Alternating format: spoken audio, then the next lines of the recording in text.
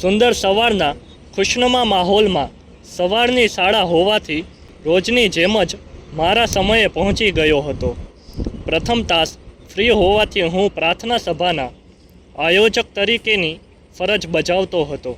પ્રાર્થના પૂર્ણ કરી દરેક વર્ગમાં રોજની જેમ જ રાઉન્ડ પર નીકળ્યો કે કોઈ એવો તો વર્ગ નથી ને કે જ્યાં આજે કોઈ શિક્ષક ગેરહાજર હોય. જો એવું હોય તો મારું સ્ટાફ રૂમમાં બેસવું એક આદર્શ શિક્ષક તરીકે યોગ્ય ન ગણાય. આ મારા સિદ્ધાંતોમાંનો એક સિદ્ધાંત હતો. એટલે હું મારી રીતે રાઉન્ડ પર ગયો અને ત્યાં જઈને શાળાના ત્રણેય માળ જોઈ લીધા, પણ બધા જ શિક્ષકો પોતપોતાના વર્ગમાં હાજર હતા. આથી મારા પગ મને સ્ટાફરૂમ તરફ ખેંચીને લઈ જઈ રહ્યા હતા. આ શું? અચાનક મારા ચહેરાને એક અજનબી ચહેરાની રોશની તેની તરફ આકર્ષિત કરતી હોય તેવું લાગ્યું ને મારી આંખોને એક તરફી ઘર્ષણ થવા લાગ્યું ને હું ચુંબકની જેમ ખેંચાઈને બસ તે જ તેજસ્વી અને સાદગીપૂર્ણ ચહેરાને જોઈને ત્યાં જ થંભી ગયો. બાજુમાં પડેલી ખુરશીમાં બેસીને જમણી બાજુ આવેલ રાગિનીબેનને પૂછ્યું કે આ રાગિનીબેન મારા હાવભાવ જોઈ અને ક્ષણભરની વિલંબ કર્યા વગર મારી મનોસ્થિતિ સમજીને જવાબ આપ્યો, આપણા સ્ટાફમાં રાકેશભાઈ છે ને, તેમની ભત્રીજી અહીંયા સ્ટાફ રૂમમાં કેમ? તેનું નામ રશ્મિકા છે અને આજે તેમનો શિક્ષક તરીકેનો પ્રથમ દિવસ છે. વાસ્તવિકતા એ છે કે હું સ્વભાવે ખૂબ જ શાંત તો બીજી તરફ મસ્તીખોર સ્વભાવનું વ્યક્તિત્વ ધરાવું છું.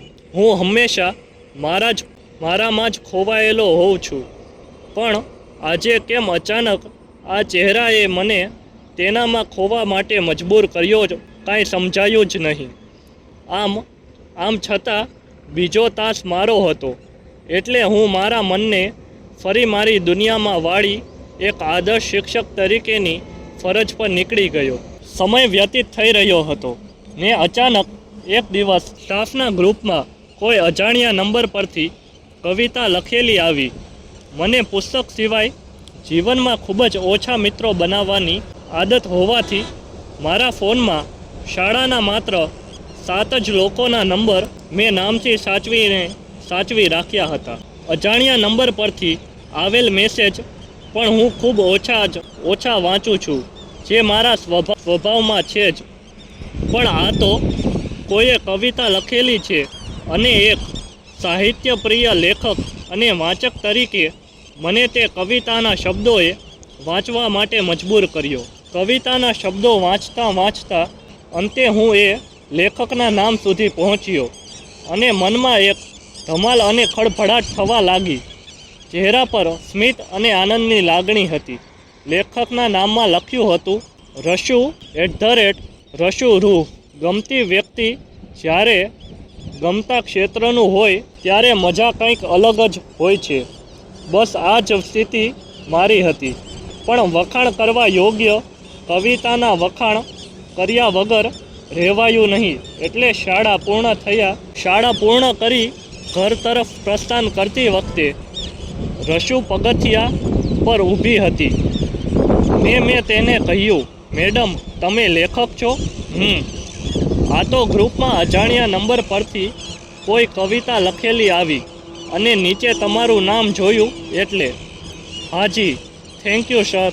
બસ આટલું બોલી એ નીકળી ગઈ.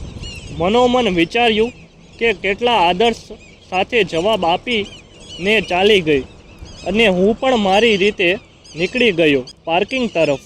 પણ હજુ તે પાર્કિંગની બહાર કોઈની રાહ જોતી હોય તેવું લાગ્યું.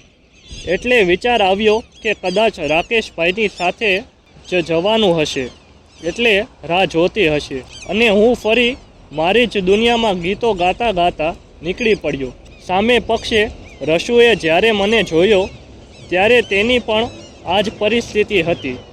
અલબત્ત તેની હાલત મારા કરતાં પણ વધુ વ્યાકુળ હતી. જ્યારે કવિતા વિશે તેને પૂછ્યું ત્યારે તેના મનમાં થતું હતું કે હજુ થોડી વાતો કરીએ, પણ સમાજ, શાળા અને રાકેશભાઈના કારણે તે બહાર નીકળી ગઈ. તે મારા ચહેરા, મારી ચાલવાની ઢબ અને અવાજ પાછળ પાગલ થઈ ચૂકી હતી. જ્યારે હું તેને ચશ્મા પાછળની અણિયાળી આંખો, લખાણ અને અવાજ પાછળ ગાંડો બની ગયો.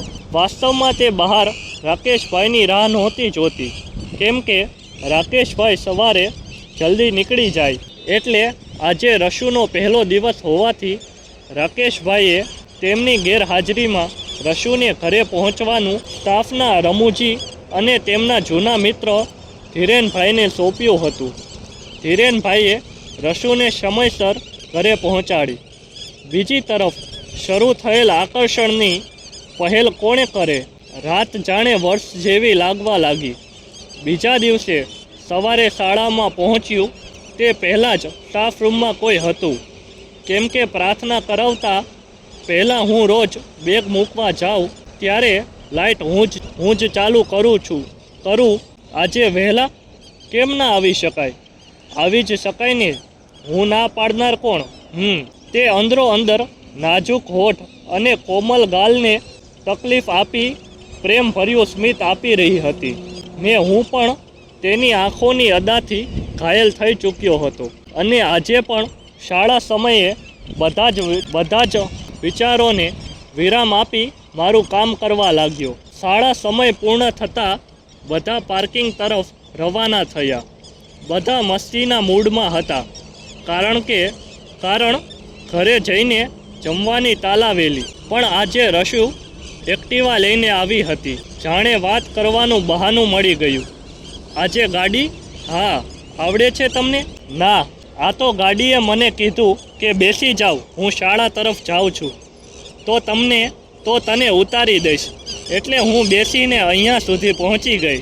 હાયલા, જબરદસ્ત બોલો છો મેડમ. હા હો. અને આ રીતે મસ્તી કરતા ને હસતા હું નીકળી ગયો. પણ તેની આંખો જોતી જ રહી ગઈ.